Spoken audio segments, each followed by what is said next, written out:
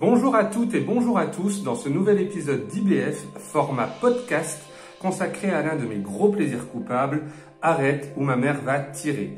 Film sorti en 1992, réalisé par Roger Spottiswoode, avec en tête d'affiche Sylvester Stallone. L'histoire est assez simple. Sylvester Stallone joue un flic dur à cuire comme il a l'habitude de jouer à cette époque-là, dont la mère envahissante va débarquer dans sa vie pour foutre un petit peu le bordel. Dans le sens où elle assiste à un meurtre et que du coup elle va mener l'enquête. Elle va mener l'enquête avec lui. Voilà, pour l'histoire, c'est à peu près ça. Je pense qu'il n'y a pas grand-chose à rajouter. Donc générique et puis on rentre dans le détail après.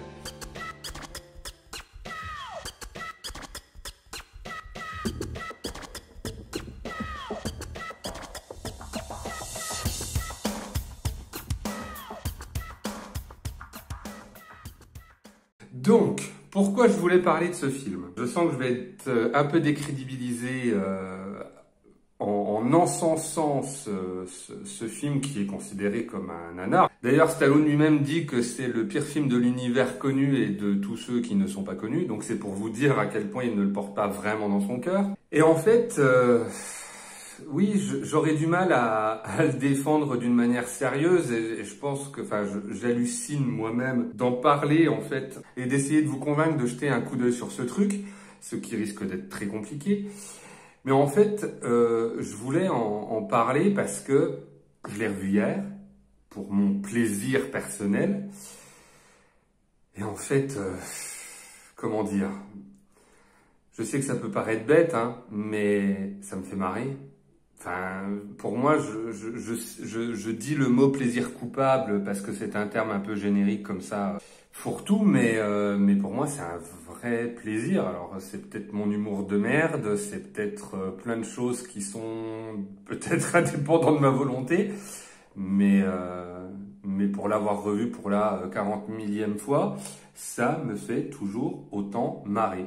Alors, la raison en est double. Parce que j'aimerais aussi, même pour moi personnellement, me pencher un petit peu et faire une analyse du pourquoi, du comment je ressens ça devant ce film. Déjà, ce qui me fait marrer, c'est certaines situations. C'est tout bête, mais il y a des situations comme la scène du petit déjeuner, par exemple, où, pour replacer dans le contexte vite fait, si Sylvester Stallone se lève un matin, il y a sa mère qui a débarqué chez lui et qui lui fait un gros petit déjeuner et on ne le voit pas déjeuner et 30 secondes après dans le film, tu le vois avoir des brûlures d'estomac, il y a son collègue qui lui dit « qu'est-ce que tu as mangé ce matin ?» Et là, il fait une liste, mais je l'ai même plus en tête tellement qu'elle est longue, mais ça donne un truc du style fruits, jus de fruits, lait, crêpes, céréales, tarte au fromage, tarte aux pommes, biscottes, je sais plus les trucs. Et à la fin, il dit, je sais plus, voilà, plein de trucs. Et quand tu vois la tête de son collègue au fur et à mesure que Stallone dresse la liste de ce qu'il a pris, moi, c'est des trucs, ça fonctionne sur moi. Alors, ça fonctionne peut-être que sur moi, mais moi, je suis plié en deux. C'est comme la scène des couches culottes, quoi. Enfin, moi, voir Stallone dans une scène d'action avec grosse fusillade et tout ça en couches culottes, oui, je suis désolé, c'est tellement absurde que ça me fait marrer. Donc voilà, donc ça, c'est la première chose qui me fait me bidonner. Et puis la deuxième chose, c'est Stallone lui-même. C'est-à-dire que Stallone, il faut replacer un petit peu dans le contexte. Et puis ça va me permettre aussi de faire une petite parenthèse dans quelques secondes. Stallone, c'était à l'époque l'une des grosses stars hollywoodiennes, évidemment principalement du cinéma d'action, mais hollywoodienne au sens large du terme. L'autre grosse star, son gros rival, c'est évidemment Arnold Schwarzenegger. Et donc, l'un et l'autre se tiraient un peu la bourre. Et dès que l'un faisait un film de science-fiction, il fallait que l'autre fasse un film de science-fiction. Dès que l'un faisait une comédie, il fallait que l'autre fasse une comédie. Et donc, alors je dois avouer que je ne sais plus trop chronologiquement qui a commencé les comédies. Je crois que c'est Arnold Schwarzenegger, si je dis pas de bêtises, mais peut-être que j'en dis une. Mais Arnold Schwarzenegger, et c'est là où j'en viens à ma parenthèse pour rebondir après sur Stallone, c'est que Schwarzenegger,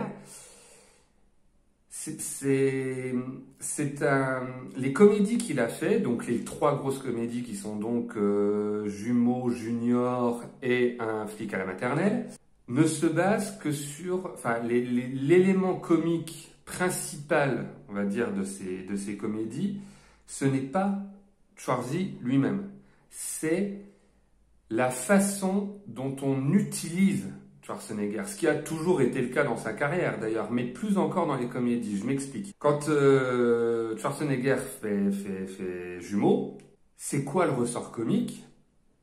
C'est qu'en fait son jumeau c'est Danny DeVito. C'est-à-dire qu'on prend une armoire à glace de, je sais pas, 1m90, 100 kg de muscles, et on lui dit, ton jumeau, donc quelqu'un qui est censé te ressembler un minimum, c'est Danny DeVito.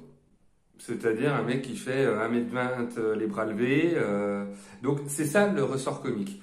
Quand ils te font Junior, le ressort comique, c'est pas tant de prendre Schwarzenegger, c'est de prendre dans l'inconscient collectif Terminator, ce qui n'est pas la même chose, Terminator ou Conan le Barbare, c'est-à-dire ces figures iconiques qui a propulsé Schwarzenegger star, et de dire, eh ben on va mettre enceinte Terminator. Et là, que c'est drôle, ou pas, suivant votre style d'humour.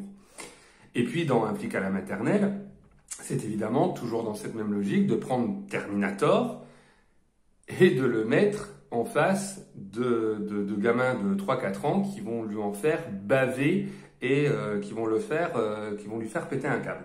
Et en fait, ces films-là ne marchent que là-dessus. C'est presque, j'ai envie de dire, le point de départ et le point marketing. Stallone, donc fin de la parenthèse, je reviens à Stallone, qu'on le veuille ou non, à la base, c'est un vrai acteur. Il faudra revenir un jour sur la carrière de Stallone plus en détail, mais à la base, ce n'est pas une action star. Quand Stallone commence sa carrière, alors bon, je vais pas tout refaire depuis le début, mais disons quand il est starifié avec Rocky, même s'il y a eu des films avant évidemment, Rocky, Rocky, c'est un drame quoi. C'est un drame qui va aux Oscars, où Stallone est nommé à l'Oscar du meilleur acteur, etc., etc. Meilleur scénariste au passage. Donc c'est un vrai acteur qui a ses limites, qui est l'acteur qu'il est, mais c'est un vrai acteur. Et donc du coup, quand Stallone fait des comédies, ce n'est pas le ressort comique, ce n'est pas fatalement Stallone, donc en l'occurrence, si je fais le parallèle avec Schwarzy, ce n'est pas Rambo qui est mis dans telle ou telle situation. C'est réellement, c'est réellement Stallone, quoi. Donc après avoir joué dans un remake d'Oscar où Stallone reprenait le rôle de Louis de Funès, ce qui déjà en soi est assez what the fuck dit comme ça, mais c'est la vérité en même temps, eh ben il accepte arrête ou ma mère va tirer. Et là, en fait, il s'en donne à cœur joie dans le ridicule, quoi. Et pour moi, je suis désolé, mais moi, Stallone, de par le fait que, comme je disais, ça soit un vrai acteur à la base, moi, Stallone, quel que soit le film, que ce soit une pure comédie ou que ce soit Demolition Man, qui n'est pas une comédie à la base, mais où il y a certaines punchlines dites par Stallone, moi, il m'a toujours fait marrer, ce mec. Hein. Alors, c'est peut-être moi, hein, c'est peut-être que moi, mais moi, il m'a toujours fait marrer. Et donc, moi, dans Arrête-moi si tu peux, n'importe quoi. Donc, dans Arrête ou ma mère va tirer, moi, c'est aussi le ressort comique, quoi. Tout comme l'est sa mère, qui est jouée par Estelle Getty, j'ai oublié son nom, je vais vous le retrouver tout de suite, désolé. Estelle Getty, voilà, c'est ça, qui joue Tutti Bomovski. C'est aussi ça le ressort comique, c'est ce duo improbable et qui fonctionne d'autant mieux. Et là, je suis vraiment sérieux en disant ça, c'est que je pense sincèrement que quiconque a eu une mère envahissante dans sa vie, et envahissante à plus ou moins grande échelle, se reconnaîtra fatalement dans le personnage de Stallone, parce que le personnage d'Estelle Getty est, à mes yeux en tout cas, absolument insupportable, mais en même temps assez juste dans les situations auxquelles on pourrait tous plus ou moins se reconnaître sans forcément être un super flic. Et voilà, et ça, c'est un truc qui marche pour moi, en tout cas, qui marche sur moi. Il y a aussi ce côté parodique qui joue. C'est-à-dire qu'il y a une scène au début du film, une scène de tentative de suicide de quelqu'un et où Stallone va intervenir. Moi, je ne peux pas m'empêcher d'y voir une parodie de L'Arme Fatale qui était sortie quelques années plus tôt, avec cette fameuse scène où Mel Gibson, donc Martin Riggs, intervient sur une tentative de suicide et après, vous s'en souvenez, saute dans le vide avec le mec. Bon, bah moi j'y vois une parodie de cette scène-là. Donc, tout ça fait que, oui, évidemment, c'est nul. Oui, évidemment, c'est crétin, débile au possible. Mais moi, ça me fait jubiler, quoi. Dire c'est le principe d'un... Il y a deux types de nanars. Il y a le nanar chiant et il y a le nanar fun. La première critique que j'ai fait sur la chaîne, c'était justement un autre film de Sylvester Stallone qui s'appelait Mafia Love, qui pour moi est dans la catégorie nanar chiant. Arrête ou ma mère va tirer, c'est dans la catégorie nanar fun. Et je pense vraiment et sincèrement que c'est un film à voir. C'est aussi pour ça que j'enregistre un podcast dessus. C'est pour désespérément essayer de vous convaincre de jeter un coup d'œil un jour dessus, même si je pense que vous allez m'en vouloir, mais c'est pour ça que je prends mes précautions en me disant faites attention, vous n'allez pas voir le chef-d'œuvre du siècle, loin de là. Mais moi, je suis à 2000% derrière, quoi. Et malgré, alors le gros bémol du film, ça c'est une certitude, qui est la mise en scène de Roger Spottiswoode, de réal, parce que j'arrive jamais à prononcer son nom, qui est quand même assez mollassonne, pas du tout inventive pour un sou.